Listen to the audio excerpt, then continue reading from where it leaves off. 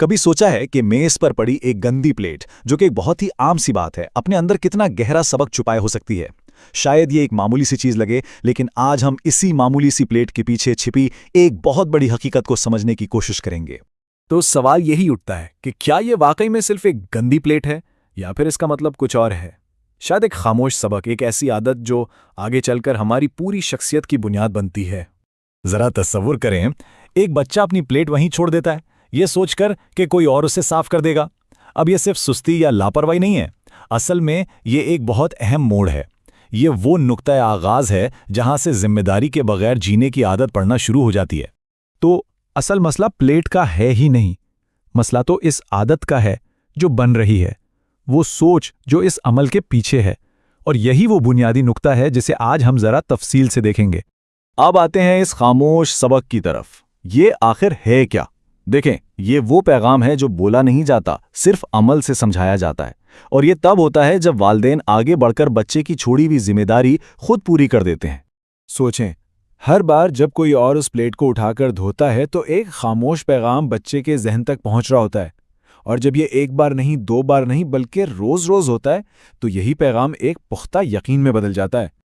यहाँ देखें, ये बात कितनी साफ नज़र आ रही है। एक तरफ अमल है, प्लेट छोड़ देना, और दूसरी तरफ वो सबक जो जहन में बैठ रहा है कि फ़िक्र की कोई बात ही नहीं, कोई और ये काम कर ही देगा, मुझे कोशिश करने की ज़रूरत ही क्या है। और जब यही पैगाम रोज़ाना दोहराया जाए तो उसका नतीजा क्या निकलता है? इससे ऐसे बालिग अफराद तैयार होते हैं जो मुतालिबे तो बहुत करते हैं, लेकिन अपना हिस्सा डालने को तैयार नहीं होते। वो हर चीज़ की उम्मीद रखते हैं, मगर खुद कुछ करने की जहमत नहीं करते। तो सवाल ये है कि एक छोटी सी आदत शख्सियत का हिस्सा कैसे बन जाती है। आइए इस सफ़र को देखते हैं कि कैसे एक मामूली सा अमल एक बुनियादी खसलत में बदल जाता है। देखें, इसके पीछे की साइकोलॉजी बहुत सीधी सी है। जो शख्स बचपन से ही दूसरों पर इन्हिसार करने का आदी हो जाता है ना, वो कभी अपने अंदर मसाइल का हल तलाश करना सीखता ही नहीं है। फिर बड़ा होकर वो अपनी नाकामियों की जिम्मेदारी किस्मत पर, मुआशरे पर या फिर अपनी नौकरी पर डाल देता है। यहाँ आप इस पूरे अमल को कदम बकदम देख सकते हैं। शुरुआत होती है बचपन में दूसरों पर इन्हिसार करने से। यही आदत जवानी में इल्ज़ाम तराशी की शक्ल इख्तियार कर लेती है। और अंजाम एक ऐसी जिंदगी जहां इंसान अपनी किसी चीज़ की जिम्मेदारी कबूल करने को तैयार ही नहीं। अच्छा, तो फिर इसका हल क्या है? हल ये है कि हम इन घरेलू कामों को देखने का अपना नजरिया ही बदल दें। इन्हें सजा ना समझें, बल्कि इन्हें किरदार साजी के लिए एक ट्रेनिंग ग्राउंड समझें।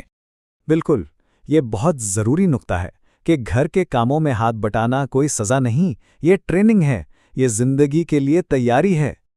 और इस ट्रेनिंग से सीखने को क्या कुछ मिलता है? नज़्म व ज़ब्त आता है, दूसरों के लिए एहतराम पैदा होता है,